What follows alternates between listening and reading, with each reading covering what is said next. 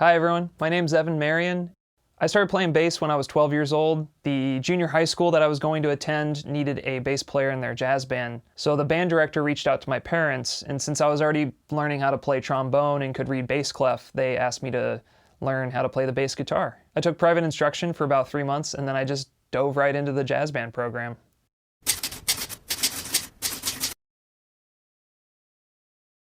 My first amplifier was an old PV amplifier of my dad's. My dad's a guitar player, and there was this tiny little PV combo amp that I used to plug my bass into and just turn up really loud and just blow the speaker. I was really into like Rage Against the Machine, Black Sabbath, Ozzy Osbourne, Metallica. So I loved it when my bass sounded distorted and all like crazy through this tiny, tiny little guitar amp.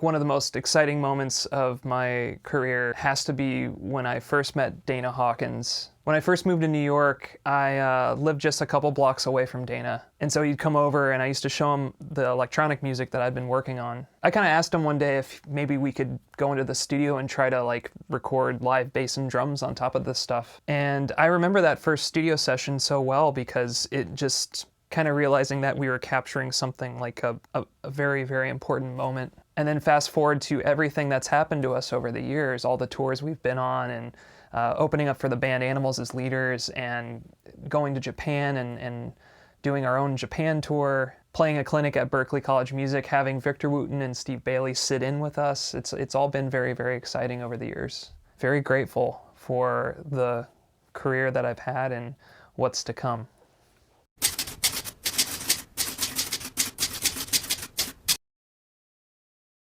Well, I would say besides meeting and working with Dana Hawkins over the years, would definitely have to be working with Allan Holdsworth and working with Wayne Krantz. Learning Allan's music on a deeper level kind of just changed my harmonic awareness, or I try to challenge myself a lot more with harmony. And then working with Wayne Krantz, I've been playing with his trio on and off for about 5 years now. I got so much experience from playing with Wayne, just performing on a regular basis down in New York, playing with all sorts of different drummers over the years with Krantz, like Mark Guiliana, Nate Wood, Ari Honig, Josh Dion, Cliff Allman. Playing with Krantz really just helped make me a better bass player and a better bass improviser of bass lines, not necessarily just soloing, but of actual creative bass lines as well.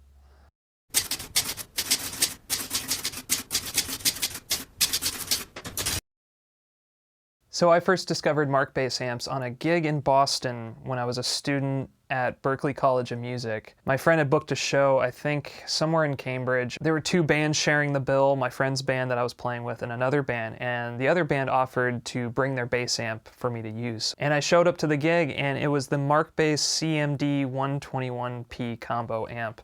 And I remember plugging into it and I had never really, this sounds so cheesy to say, but like I'd never really heard my bass sound like that. And it was this guy right here that I was playing, and I'd never really heard that bass sound like that. I was just so happy with my tone. I remember it being a very important moment. The next day I went on Musician's Friend's website and I ordered the same combo amp, slapped it on a credit card, you know? Like, finally, this is the sound. This is what I want out of an amplifier. That was around 2007 or something like that, and I have been playing Mark Bass ever since.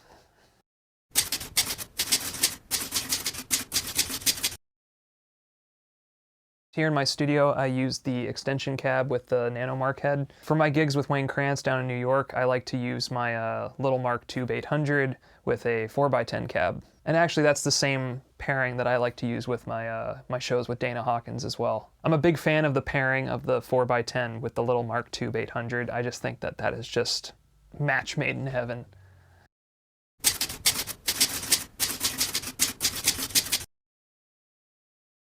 I think I first met the Mark Bass crew back in 2009 at a NAMM show, and I've been a part of the family since 2010, and they've just been really, really supportive and have always felt like family. So I want to thank Mark Bass for the opportunity to talk to you all, and yeah, thanks for the interview.